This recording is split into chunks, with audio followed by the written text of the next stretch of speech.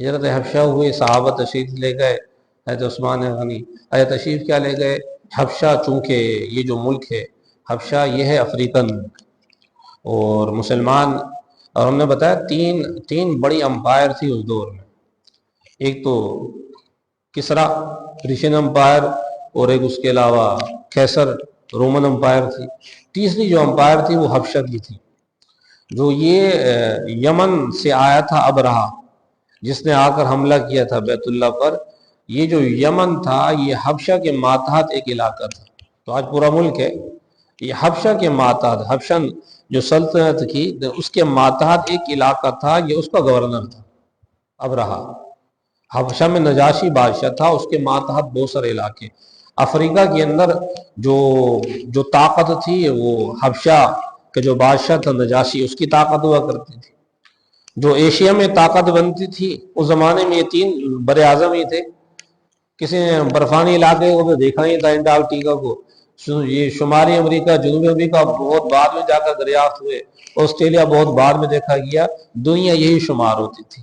اس کے اندر یہ یورپ ہو گیا، ایشیا، اور اس کے علاوہ یہ اپنا افریقہ، بس یہ دنیا کا حصہ رہا۔ وہاں لوگ شاید آباد ہوں گے کسی دور میں، لیکن یہ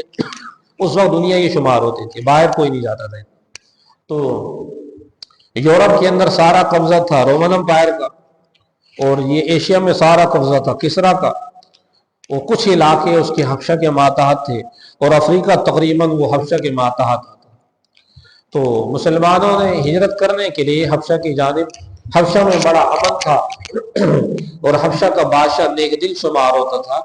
تو حبشہ میں مسلمانوں کو بھیجا کہ آپ وہاں چلے جاؤ، اور وہ لوگ عیسائی مذہب پر تھے، نجاشی پورا بادشاہ، ان کے ماتحت جو لوگ تھے یہ بھی عیسائی تھے، رومن امپائر بھی عیسائی تھی، یہ بھی عیسائی لوگ تھے۔ تو وہاں پر نکلنے کے لیے آپ پہنچے ساحلی کنارے پر، اور ظاہر مکہ کا ساحلی کنارہ جدہ بنتا ہے، وہاں پہنچے، جدہ پہنچے، ایک جہاز روانگی کے لیے تیار تھا، حبشہ کی جانب جا رہا تھا، مسلمان 11 مرد اور 5 خواتین اس میں سوار ہو گئے، وہ ان کو وہاں سے لے گئے، اور وہ ابھی جہاز روان، اتنے میں پتہ چل گیا پیچھے جو یہ لوگ تھے کفار مکہ، ان کو علم ہو گیا کہ مسلمان یہاں سے علاقہ چھوڑ کر دوسرے علاقے میں جا رہے۔ اب اس وجہ سے کہ مسلمانوں کو تکلیف اور پہنچائی جائے، یہ اس سے بڑھ کر ان کی سوچ یہ تھی کہ مسلمانوں کا پیغام دنیا تک نہ پہنچے، انہوں نے کیا کیا، ان کا پیچھا کیا۔ جب ساحل تک پہنچے تو جہاز روانہ ہو چکا تھا، پہلا معاملہ مسلمانوں کے ساتھ تو اللہ کی طرف سے یہ ہوا، مسلمان وہاں گئے، اور وہاں پر جا کر رجب، شعبان، رمضان، شوال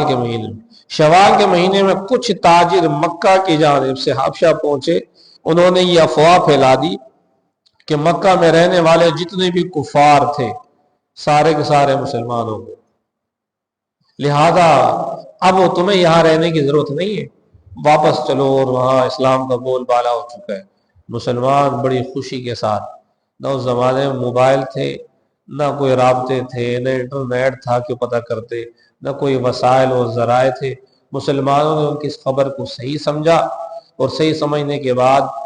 واپس آ گئے تو پتہ چلا نہیں، ماحول تو ویسا ہی، کوئی یہاں پر مسلمان نہیں، اور مسلمانوں کو تکالیف در تکالیف پہنچائی جا رہی ہیں، حالات ویسے کے ویسے، کوئی حالات بدلے نہیں، اور بلکہ آئے روز حالات اور سنگین ہوتے جا رہے ہیں مسلمانوں کے خلاف۔ تو اب یہاں پر واپس آ گئے، آپ جب مکہ کے قریب پہنچے تھے ان کو علم ہوا یہاں تو کچھ نہیں ہے، تو حالات ویسے ہی ہیں۔ اب انہوں نے سوچا اب کیا کریں، اب واپس جائیں یا دوبارہ مکہ میں جائیں، تو انہوں نے مکہ کے قریب پہنچ کر کسی 2-4 خلیفوں کو پکڑا، ان سے اپنا حلف لیا، اور حلفیہ طور پر وہاں پر داخل ہوئے تاکہ ہم امن میں رہیں، اور مسلمان اس طور پر آ کر آپ صلی اللہ علیہ وسلم کے پاس تشریف لے آئے اور اپنے اس مغالطے کو بیان کر دیا۔ لیکن حالات چونکہ سازگار نہیں تھے، تو آپ صلی اللہ علیہ وسلم نے اسی سال دوبارہ مسلمانوں کو واپس بھیجا، 2 دفعہ۔ اس دفعہ جو ہجرت حبشہ ہوگی،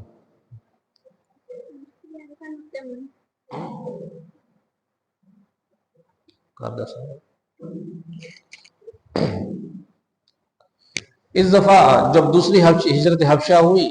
تو اب مسلمانوں کی تعداد زیادہ تھی، 90 کے قریب مرد تھے اور اس میں خواتین 20-25 کے قریب خواتین تھی۔ تو یہ دوسری ہجرت حبشہ ہوئی جس کے اندر تعداد مسلمانوں کی زیادہ تھی اور یہ بڑی تعداد میں وہاں تشریف لے گئے، راستہ وہی اپنا ہے، وہی سلسلہ شروع کیا۔ لیکن یہاں پر یہ تھا حضرت جعفر ابن ابی طالب جو علی کے بڑے بھائی تھے وہ بھی موجود ہے، عثمان غنی، رقیہ رضی اللہ عنہ، اور ایسے ہی دیگر صحابہ، عثمان بن مسعود، زبیر بن عوام، طلحہ بن عبید اللہ، بڑے بڑے صحابہ جو سابقون اولون میں سے ہیں، وہ وہاں پر حبشہ کی جانب ہجرت کر کے تشریف لے گئے۔ اب وہاں پہنچے ہی تھے کہ پیچھے سے کفار مکہ نے اپنے 2 قاصد دوڑائے۔ ان قاصدوں میں سے ایک قاصد تھے حضرت عمر بن عاص رضی اللہ عنہ جو بعد میں صحابی بنے، اور دوسرا عبداللہ بن ابی محیط۔ عبداللہ بن ابی محیط اس کا نام تھا، عقبہ بن ابی محیط کا بھائی تھا۔ ان دونوں کو بھیجا کہ جا کر ان سے نجاشی شاہ حبشہ کے پاس جانا، طواف طائف ساتھ لے کر جانا، نذرانے ان کو پیش کرنا، اور اس کے بعد ان سے جا کر یہ بات کہنا کہ ہمارے کچھ لوگ ہیں، کچھ غلام ہیں، بانی ہیں جو بغیر اجازت کے یہاں پر آ گئے، کیونکہ وہ دین سے پھر چکے ہیں، وہ دین کے خلاف باتیں کرتے ہیں، وہ دین سے ہٹ گئے، لہذا آپ ان کو بغیر کسی پوچھ تاچھ کے آپ ہمارے ساتھ بھیج دیں۔ اب وہ تحفے طائف لے کر گئے تو پہلے درباریوں کو انہوں نے اپنا ساتھی بنایا، تحفے طائف درباریوں میں بھی تقسیم کیے، اور اس کے بعد بادشاہ تک پہنچے۔ نجاشی شاہ حبشہ نیک دل آدمی تھا، عیسائی تھا لیکن نیک دل تھا، اپنی رعایا کا خیال کرنے والا تھا۔ تو وہ حضرت عمر بن عاص نے جا کر بات کی، کلام کیا کہ شاہ ہم تو عرب سے آئے ہیں اور معاملہ یہ ہے کہ ہمارے کچھ غلام اور بانی اپنا علاقہ چھوڑ کر چونکہ دین سے پھر چکے ہیں، جب ان پر تھوڑی سی سختی ہے تو اپنا علاقہ چھوڑ کر ہمارے غلام اور بانی آپ کے پاس آ گئے، لہذا آپ ایسا کریں ان کو ہمارے ساتھ روانہ کر دیں، اس لیے کہ آپ اگر ان سے پوچھ تاچھ کریں گے تو وہ جس دین کا تصور پیش کرتے ہیں وہ غلط دین ہے، اور وہ اپنی باتوں کے اندر لوگوں کو بہکا لیتے ہیں، اور اس طرح کوشش کرنا چاہیے کہ جی بغیر ان سے کلام کیے بادشاہ ہمارے ساتھ بھیج دے۔ تو حضرت یہ بات انہوں نے پیش کر دی۔ اب درباری جتنے بھی موجود تھے نا وہ سارے خریدے ہوئے تھے، سب نے کہا کہ ہاں ان کی بات ٹھیک ہے، وہ ایک نئے دین کا تصور پیش کرتے جو عیسائی مذہب بھی نہیں ہے، وہ آپ کے دین کے بھی منحرف ہیں، اب ان کی باتیں نہ سنیں، ان کے ساتھ روانہ کر دیں، بھیجنے دیں۔ تو اب معاملے نجاشی بادشاہ نے کہا کہ نہیں، ایسا نہیں ہو سکتا، میں نے یہاں سال ہر سال حکومت کی ہے، میرے دربار کا یہ انصاف نہیں ہے کہ میں کسی سے بات سنے بغیر ان کو یہاں سے روانہ کر دوں، ہمیں بلاؤ، وہ لوگ کون ہیں، ہم نے ان سے کلام کرنا، بات چیت کرنا، اور اس کے بعد ہی فیصلہ کریں۔ بلایا گیا، دربار کے اندر لوگ آ گئے۔ اب ان کے سربراہی حضرت عثمان کے پاس تھی، حضرت جعفر کے پاس تھی، اس میں اختلاف ہے، لیکن بظاہر معلوم یہ ہوتا ہے کہ اس وقت جو ہجرت حبشہ ثانیہ ہوئی نا اس میں سربراہ حضرت جعفر ابن ابی طالب رضی اللہ عنہ تھے۔ حضرت جعفر ابن ابی طالب رضی اللہ عنہ ان کے متکلم تھے، ان کے سفیر تھے جو کلام کیا کرتے تھے اور بڑی فصاحت کلام رکھتے تھے۔ بادشاہ کے سامنے حاضر ہو تو بادشاہ نے کہا کہ جی اپنے مذہب کا تعارف کراؤ۔ پہلے تو وہ بادشاہ کے دربار میں پہنچنے کے بعد بادشاہ کو سلام پیش کیا،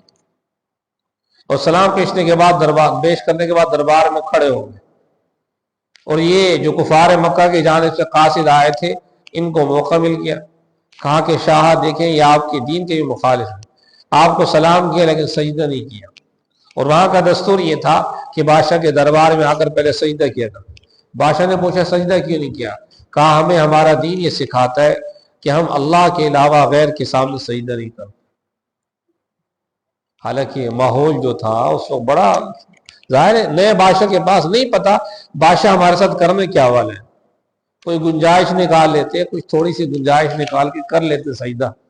کوئی راہ بن جاتی، چلو بعد میں کہہ دیں گے کہ جی ہمارے ہاں سجدہ منع ہے، آئندہ نہیں کریں گے، اس دفعہ غلطی ہونے کہ نہیں دین جیسا وہی دین پیش کرنا ہے جو اللہ کے نبی نے ہمیں پیش کیا ہے،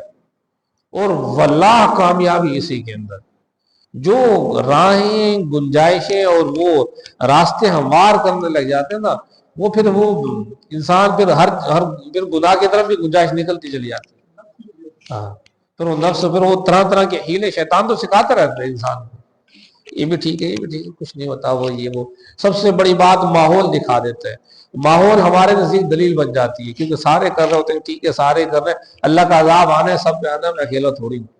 یہ انسان کا نفس انسان کو گناہ پر طاقت دے دیتا ہے۔ کل کو سارے ایک دوسرے کے انکاری ہوں گے، ہر ایک اپنے سوال کا جواب دے گا، پھر کیا کہو گے؟ قرآن کریم نے تو کئی نقشے کھینچے قیامت کی ہی۔ تو بہرحال بادشاہ نے پوچھا، سجدہ، کہا کہ جی ہمیں ہمارا دین سکھاتا ہے، اللہ کے علاوہ غیر کو سجدہ نہیں کرتا۔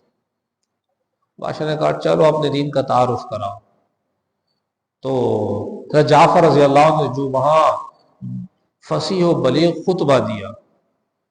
روایات میں وہ درج ہے، کہیں بہت زیادہ کہیں مختصر، کہ حضرت جعفر آگے بڑھے، کہنے لگے شاہا ہم تو بڑے ظالم تھے،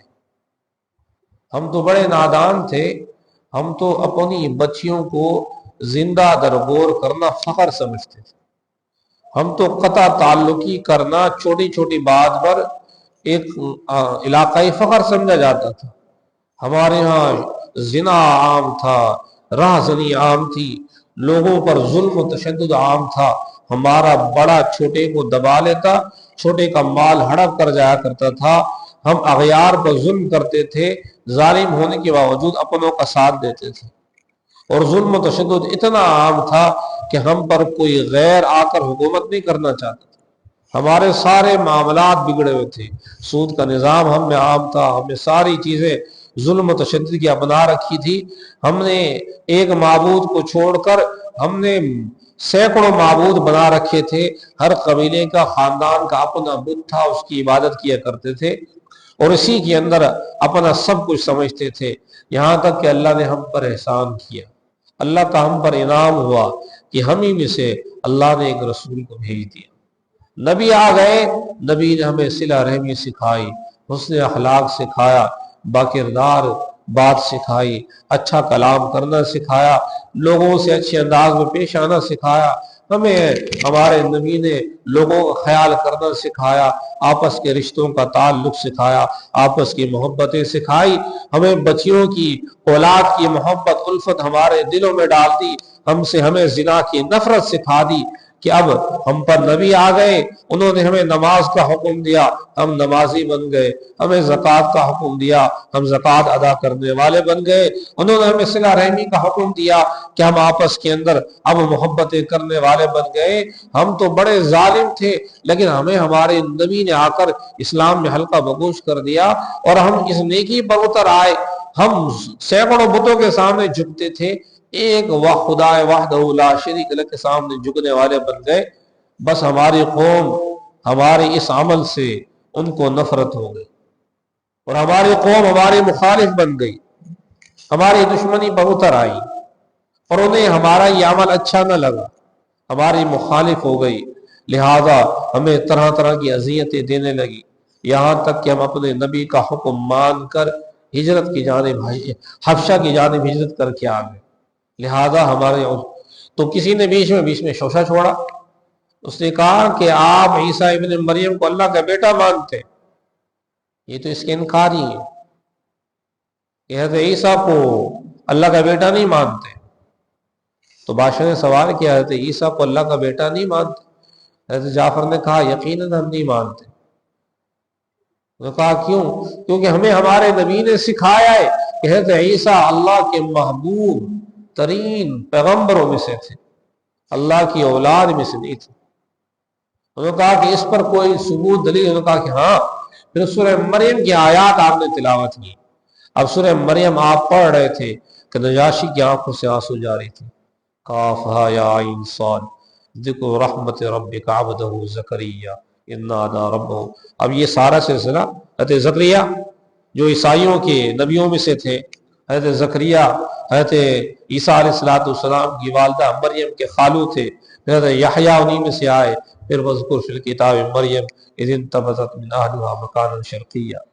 اور اسی طریقے سے حضرت عیسیٰ ابن مریم ماں کی گود کے اندر آ گئے، پیدا ہو گئے، اور لوگوں نے بہتان لگانا شروع کر دیا، یا اخت ہارون ما کان ابوک امرأ سوء وما کانت امک بغیہ، کہ اے ہارون کی بہن، نہ تمہارے والد برے تھے نہ تمہاری والدہ باغی تھی، تم نے کیا کر دیا، یہ بچہ کہاں سے آیا؟ تو آپ نے جواب نہیں دیا، فاشارت الیہ، اشارہ کیا بچے کی جانب، تو وہ کہنے لگے کیف نکلم من کان فی المہد صبیا، آپ بات کیوں نہیں کرتے، یہ بچہ کون ہے آپ کی گود کے اندر؟ کہ عیسیٰ ابن مریم نے کہا قال انی عبد اللہ، ماں کی گود میں کہا آتانی الکتاب وجعلنی، میں تو اللہ کا بندہ ہوں، مجھے اللہ نے کتاب دی، مجھے اللہ نے نبی بنا دیا، وجعلنی مبارکا اینما۔ اب یہ آیات آپ تلاوت کر رہے تھے کہ نجاشی شاہ حبشہ رونے لگا، اور روتے روتے اس نے ایک فرمان جاری کیا کہ جاؤ تم دونوں چلے جاؤ، ورنہ تمہیں سزا دے دی جائے گی، اور یہ میرے ملک کے اندر امن کے ساتھ رہ سکتے۔ یہاں مسلمانوں کو پہلی کامیابی حاصل ہوئی کفار مکہ کے مقابلے، جتنے بھی مسلمان تھے امن کے ساتھ اب حبشہ میں رہنے لگے۔ بات کے اندر بھی ایسا ہو کہ انفرادی طور پر کچھ مسلمان آ کر ان سے مل جاتے، لیکن بڑی ہجرت جو حبشہ کی جانب ہوئی وہی دوسری ہجرت تھی، جہاں مسلمان آباد ہو گئے، امن کے ساتھ رہنے لگے۔ جب رہنے لگے کچھ صحابہ کچھ وقت گزار کے واپس چلے گئے، لیکن حضرت جعفر رضی اللہ عنہ اور ایک روایت کے مطابق عمر کہاں ہے؟ ایک روایت کے مطابق حضرت ابو موسیٰ اشعری رضی اللہ عنہ یمن سے آئے تھے، سیدھا حبشہ میں آ کر انہوں نے مسلمانوں کے ساتھ مل گئے، اور ملنے کے بعد اس کو بلا کے لے آئے، تو ملنے کے بعد وہ وہیں رہنے لگے۔ پھر سن 6 ہجری کے اندر جب آپ صلی اللہ علیہ وسلم، یہ 5 نبوی تھا، 5 نبی کا واقعہ تھا جو دوسری ہجرت حبشہ ہوئی، 5 نبوی گزرا، 6 7 8 9 10 11 12 13 نبوی کو ہجرت مدینہ ہوئی، اور مسلمان جا کر مدینہ میں آباد ہونے لگے۔ تو مدینہ میں پہلا سال، دوسرا، تیسرا، پہلا سال گزرا، دوسرا سال گزرا جنگ بدر ہوئی، تیسرا سال گزرا جنگ احد ہوئی، چوتھا سال گزرا اس کے اندر مسلمان کفار سے ٹکرائے، 5واں سال گزرا غزوہ خندق ہوئی، 6واں سال آیا غزوہ خیبر ہوئی۔ غزوہ خیبر کی فتوحات ہو گئی، مسلمانوں نے فتح کر لیا۔ فتح کرنے کے بعد آپ صلی اللہ علیہ وسلم ابھی فتح کا شکرانہ ادا کر رہے تھے کہ پتہ چلا حضرت جعفر رضی اللہ عنہ حضور کے پاس وہاں حبشہ سے مدینہ آ چکے ہیں۔ تو آپ نے فرمایا مجھے سمجھ میں نہیں آتا کہ میرا دل خوش کیوں ہے، خیبر کی فتح کی وجہ سے خوش ہے یا جعفر ابن ابی طالب کے آنے کی وجہ سے خوش ہے؟ آپ فرمایا مجھے خوشی کا اندازہ نہیں ہوگا۔ حضرت جعفر رضی اللہ عنہ آپ کے وہ صحابی تھے۔ پھر حضرت جعفر رضی اللہ عنہ سن 9 ہجری کے اندر جو جنگ موتا ہوئی، اسی جنگ موتا کے اندر آپ جا کر شہید ہو گئے۔ 3 سال حضور کے ساتھ رفاقت میں رہے۔ تو یہ حالات مسلمانوں کے ہوئے۔ پہلی کامیابی ہے حبشہ میں ہوئی، مسلمان اطمینان کے ساتھ امن کے ساتھ رہنے لگے۔ سن 6 نبوی کا آغاز ہوا، تو اس کے بعد حضرت عمر رضی اللہ عنہ کے اسلام ہوتا ہے۔ یہ انشاءاللہ آگے اس کا تسلسل ہے، سن 6 نبوی سے انشاءاللہ اس کا آگے سلسلہ ہوگا۔